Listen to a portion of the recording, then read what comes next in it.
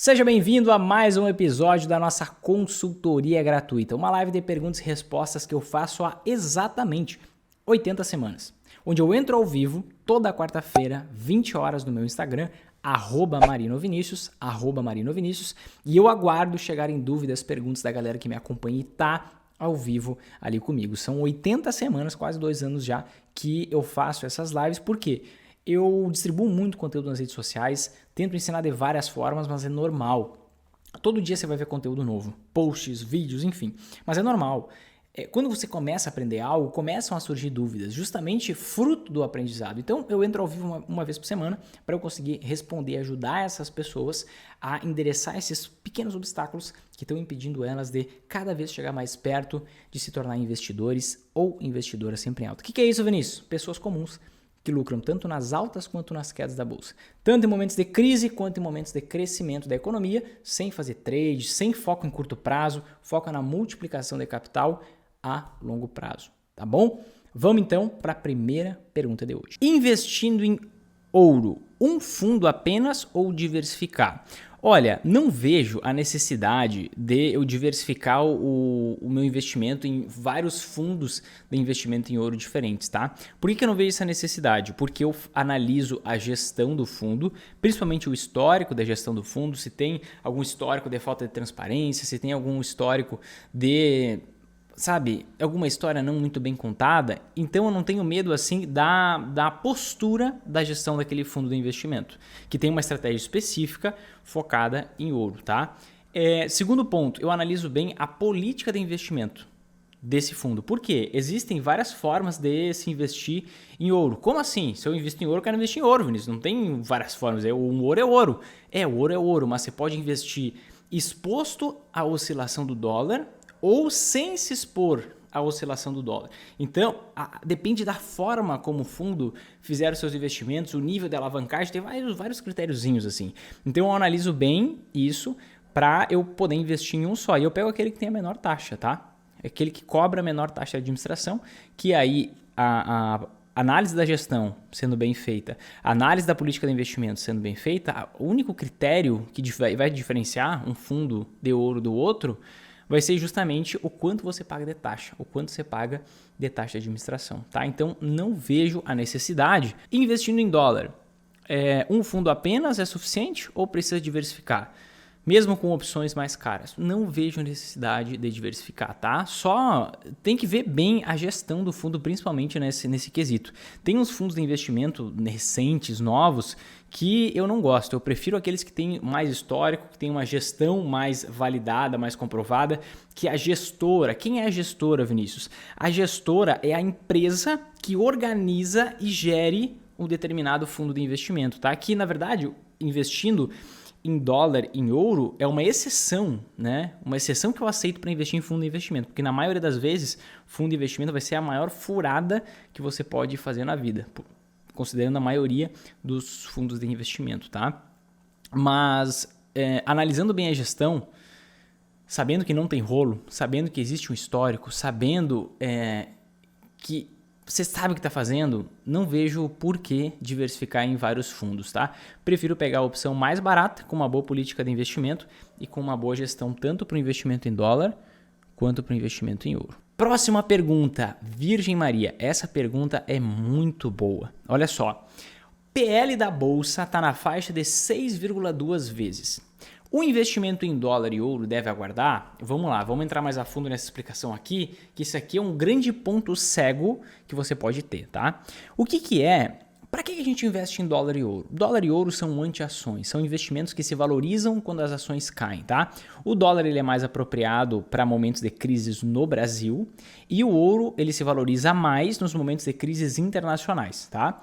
Então, como que eu consigo lucrar nas altas e nas quedas da bolsa? Uma das coisas que eu tenho que fazer eu tenho que ter uma exposição. Se eu quero lucrar nas altas e nas quedas da bolsa, tem que ter uma exposição, ou seja, tem que ter uma parte do dinheiro investido, tanto em dólar quanto em ouro, para eu me proteger de crises no país e crises internacionais, tá?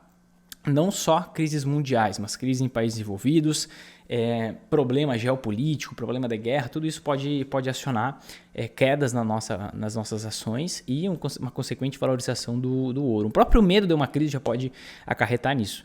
Então, a pergunta que vem é PL da Bolsa. O que é PL? Vamos nivelar aqui o conhecimento para que ninguém fique de fora e fique boiando, tá? PL é um indicador de preço de um investimento. O que é esse PL? É o preço do investimento dividido pelo lucro, tá? PL, preço sobre o lucro. Então, quando eu pego, por exemplo, nesse caso aqui do exemplo, eu acredito que a pessoa pegou o índice Bovespa, que é um índice que calcula, é o termômetro das ações aqui no Brasil. É um índice que calcula a rentabilidade média das ações brasileiras. Dentro desse índice tem algumas dezenas de ações, está sempre mudando, 60, 70, 80 ações, respeita uma política ali de seleção. Quem que entra nesse índice aí é como se fosse um ranking, é como se fosse um camarote, digamos assim, da bolsa. Entram as empresas com maior valor de mercado, aquelas que valem mais, certo? E tem maior volume de negociação, tem mais gente comprando e vendendo as ações, tem mais liquidez, é o termo técnico para isso. Mas basicamente tem mais gente negociando, comprando e vendendo aquelas ações, tá? E provavelmente a pessoa pegou esse dado de algum lugar ou fez a conta por conta própria e chegou à conclusão de que, dividindo o preço de todas as ações do índice Bovespa, dividindo o preço pelo lucro que essas empresas gerou esse indicador aí de 6,2, que é um indicador bem baixo, tá? É um indicador bem baixo, quando a gente vai olhar a média histórica, é mais ou menos o dobro disso. E a gente pode parar agora e pensar, caraca, se as ações estão tão baratas, por que é que eu não pego e encho o carrinho e invisto ainda mais em ações? Aprende uma coisa, fundo do poço pode ter porão.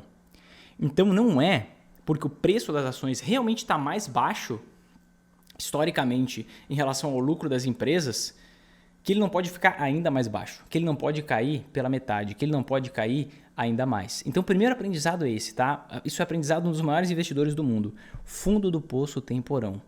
Você nunca sabe qual é o momento da mínima. Você acha que está na mínima, às vezes cai pela metade. E se você cair pela metade, você está perdendo uma baita oportunidade de estar lucrando justamente com as anti-ações, justamente com o investimento em dólar e ouro, porque se cair pela metade, é algum contexto que vem por aí que vai derrubar as ações. Elas não vão cair ao léu, né? Vai estar intensificando uma crise no Brasil, uma crise internacional, alguma coisa vai estar acontecendo. Então, nunca acredite que algo já subiu demais e nunca acredite que algo já caiu demais. Tentar prever vai te fazer perder dinheiro. Esse é um processo natural, tá? Outro ponto, esse indicador chamado PL, ele se refere ao lucro que as empresas tiveram nos últimos 12 meses, tá? Agora, vamos parar para pensar o que aconteceu nos últimos 12 meses e o que está acontecendo agora, tá? Sob o ponto de vista da economia como um todo. Bom, vamos lá. Nos últimos 12 meses, a gente teve aí uma taxa Selic, a nossa taxa básica de juros, em média aí na casa de uns 3%, tá? Nos últimos 12 meses, 3 a 4%. Vai estar mais ou menos em 3,5%. A partir do final do ano, que a gente está aí nas vésperas do final de 2021, nesse momento aqui, a taxa Selic ela vai estar na volta de 9, 10, quem sabe até mais que 10% ao ano. Isso realmente pode acontecer. Então, a partir do ano que vem, as empresas vão começar a pagar 3 vezes mais juro pela dívida, porque grande parte das dívidas das empresas são atreladas a essa taxa Selic, a nossa taxa de juros.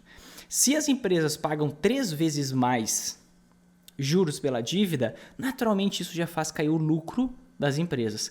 Caindo o lucro das empresas, esse indicador PL muda. Esse indicador PL vai acontecer o que com ele? Ele vai subir. Por quê? Porque a dinâmica da economia está diferente, tá? Além disso, a gente, com uma taxa Selic muito grande, isso encarece o custo não só para as empresas. E Vinícius, mas todas as empresas têm dívida? 99% das empresas que têm ações na bolsa têm dívida. Dá para contar em 2 mãos as empresas que não têm dívida. O resto, as outras centenas de empresas que têm ações na bolsa, têm dívida. Então isso impacta todas as empresas, esse aumento da nossa taxa básica de juros. Além disso, aumentando a taxa básica de juros, a nossa taxa Selic, acaba respingando para a gente mesmo. A gente mesmo acaba sendo desincentivado a pegar empréstimo para consumir. E a gente vive num país onde 70% das pessoas pegam empréstimo. Então, vai ficar mais caro pegar empréstimo. As pessoas vão pensar 2 vezes antes de comprar alguma coisa. Eu ia pegar um empréstimo para comprar tal coisa. eu vou deixar isso para depois. Eu ia fazer um financiamento para comprar um determinado imóvel, eu vou deixar isso para depois. Porque agora, e já começou a aumentar nos últimos meses e está intensificando, a taxa de juros dos financiamentos imobiliários já subiu bastante. Então, já começou a subir, não subiu bastante, já começou a subir e deve subir bastante por conta da elevação da taxa Selic. Então, isso além de aumentar o juro das empresas, que naturalmente reduz o lucro das empresas e aumenta o PL, isso vai fazer com que as pessoas paguem mais juro pela dívida. Pessoas vendo que os juros estão mais altos vão parar de pegar tanto empréstimo, vão parar de pegar tanto financiamento e aí elas vão passar a comprar menos das empresas. Elas comprando menos das empresas, o que acontece? As empresas vendem menos e lucram ainda menos. Então as empresas vendem menos, lucram menos, pagam mais juro pela dívida, lucram ainda menos. Só que tem um outro efeito. Quando eleva a taxa Selic, isso é ruim para o governo federal também. Vinícius, o que o governo federal tem a ver com isso? Calma lá. Por que é ruim para o governo federal? Porque uma parte da dívida pública do governo é atrelada à taxa Selic também. E ele estava pagando 2% até o início de 2021. A partir de 2022 ele vai estar pagando 8, 9, 10, quem sabe 11. Então ele vai ter que pagar muito mais juro pela dívida dele. Só que o nosso país, há vários governos de direita e de esquerda, fazem o quê? Gastam mais do que arrecadam. Então, de onde é que eles vão tirar dinheiro para pagar o custo da dívida que agora vai ser 5 vezes maior? Provavelmente vai aumentar imposto, tá? Provavelmente vai aumentar imposto. E a gente tendo um aumento da carga tributária, aumenta imposto para as empresas, aumenta imposto para as pessoas. Naturalmente, se aumentou para as empresas lucram ainda menos. As pessoas pagando mais imposto, sobra menos dinheiro para comprar. Se as empresas venderem menos, pode começar uma série de demissões nas empresas. Eu estou dizendo que pode, tá? Não estou dizendo que isso vai acontecer, mas isso é a lógica da economia que pode acontecer a partir de agora. Tudo isso, todos esses fatores podem fazer com que o lucro das empresas se reduza pra caramba. E reduzindo pra caramba o lucro das empresas, o que acontece? O que acontece com o preço de uma ação quando o lucro da empresa cai? O preço da ação cai. Além disso, caiu o lucro, sem pensar no preço da ação, caiu o lucro, o PL vai subir. Então esse PL que hoje a gente vê a 6,2 vezes, daqui a alguns meses pode estar em 15 vezes, sem ter nenhuma mudança crucial no nível de preço. É só por conta do impacto no lucro. E vou além, tá? A gente está num período com commodities em alta. O minério de ferro estava subindo pra caramba. Qual é a empresa que tem mais peso no nosso índice Bovespa? Vale. A Vale estava vendendo minério. Quanto que estava a cotação do minério? Mais de $200. Agora caiu pela metade, agora está subindo de novo, está caindo, enfim.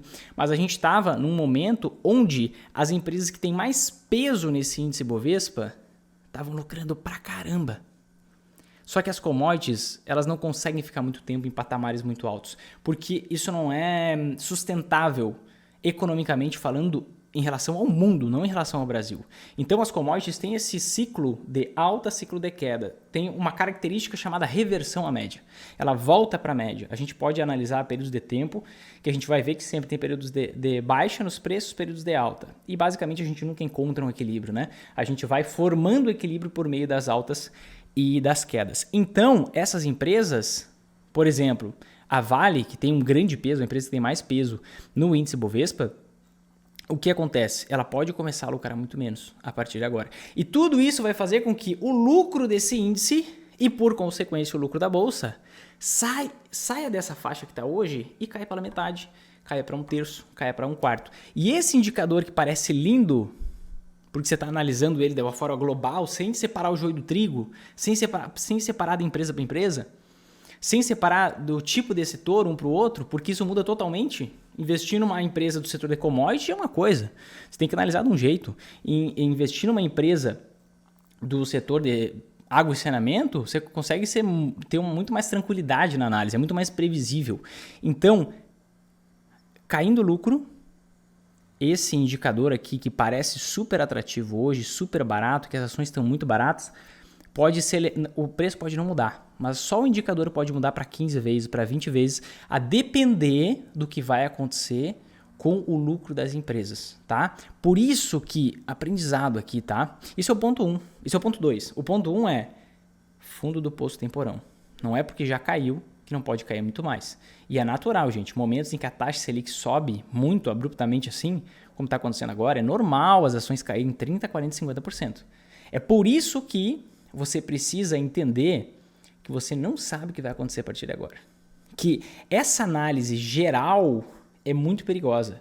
Sempre que você investe na média, você está investindo de forma medíocre. Investir de forma medíocre não é no sentido pejorativo, no sentido de medíocre. Não, é medíocre porque assim você não diferencia as coisas, você não tem vantagem, você está tendo um olhar muito superficial, entende? Então, o que parece lindo hoje pode se tornar um desespero daqui a pouco. Pode se tornar caríssimo. O que parece barato hoje pode se tornar caríssimo por todo esse contexto. Aumento da taxa Selic, pelo contexto da diminuição do lucro das empresas, tá? Pelo contexto até internacional, a gente pode falar, nem vou entrar em relação a isso. Então, enfim, resumo de tudo isso. Poxa, Vinícius, o cenário é tão ruim assim, eu vou investir só em anti-ações, porque as ações vão cair. Para de tentar prever o futuro. Para. Simplesmente, investir é muito mais simples.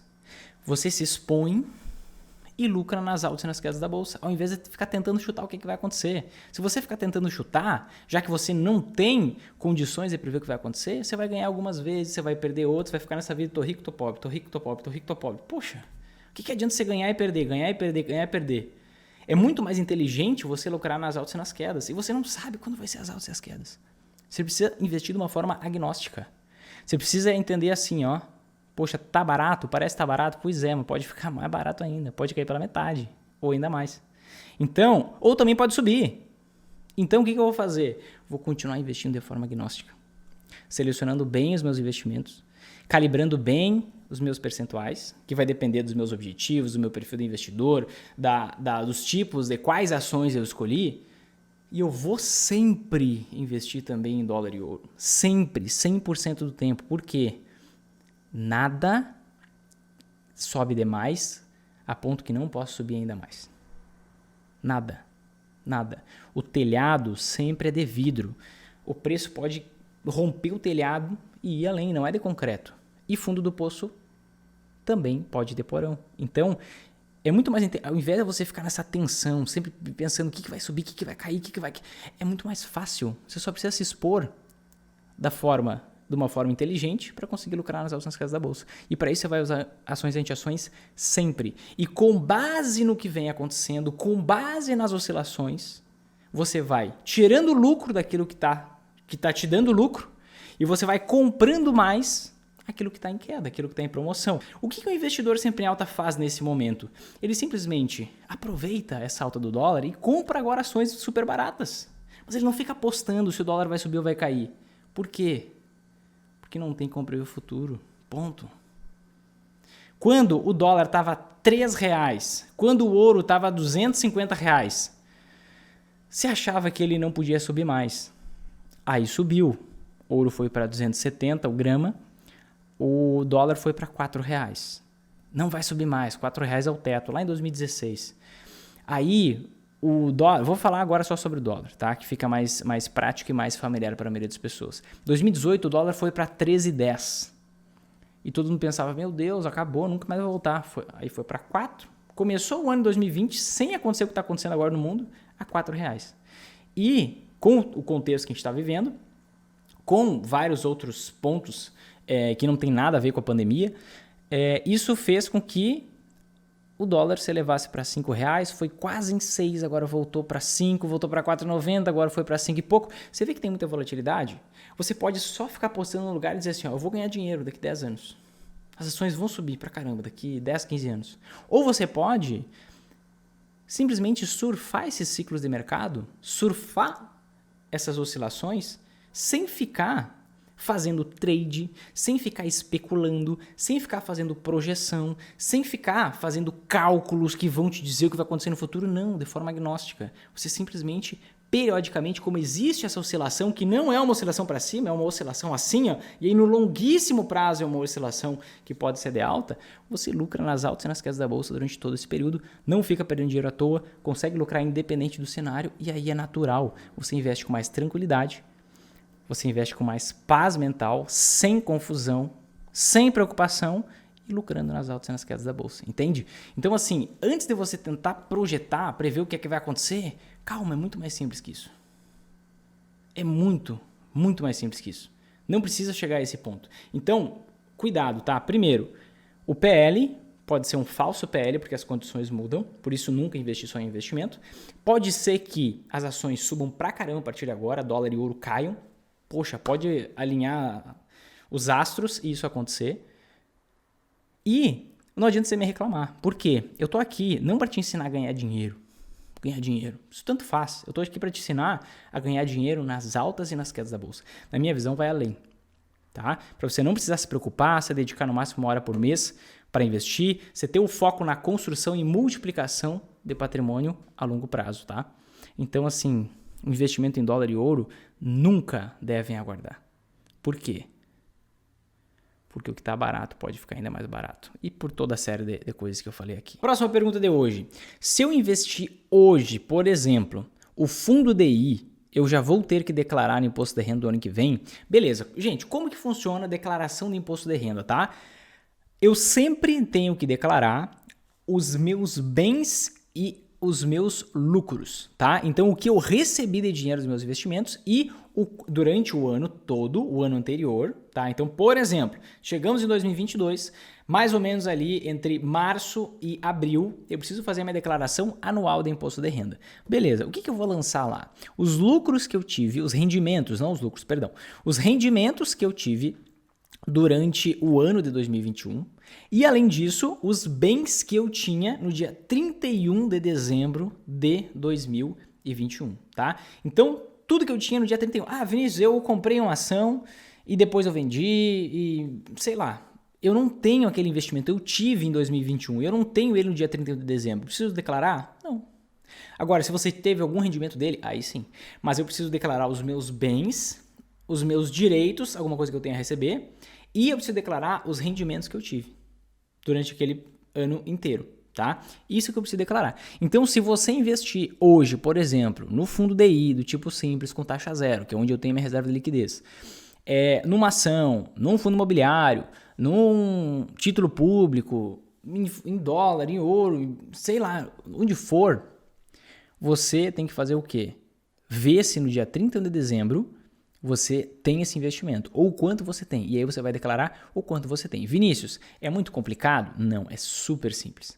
Basicamente, você recebe tudo mastigado, ou da corretora para alguns investimentos. A corretora é a plataforma, muita gente chama de plataforma de investimento. Não, corretora de valores, tá? Que é por onde você investe na bolsa de valores, em títulos públicos, onde for. E basicamente ela te fornece um informe de rendimentos, assim como o banco hoje te fornece um informe de rendimentos. E aí você pega os dados ali, copia e cola, Ctrl+C, Ctrl+V. Além disso, as empresas, quando você investe em fundos de investimento, sejam imobiliários, sejam fundos de investimento de outras naturezas, de outros tipos, quando você investe em ações, as administradoras e os escrituradores, que são as empresas que lidam com a parte burocrática das empresas que têm ações na bolsa e dos fundos imobiliários e fundos de investimento, eles te mandam esse informe de rendimentos, te dizendo qual que era a sua posição no final do ano, ou seja, quantas cotas, quantas ações você tinha, qual era o valor, quanto que você recebeu de rendimento, quanto que você recebeu de dividendo, quanto que você recebeu de juros sobre capital próprio, se você recebeu juros sobre capital próprio, quanto que você recebeu de bonificação, se teve alguma bonificação, enfim, várias coisas que você pode receber. Tudo vai estar elencado ali.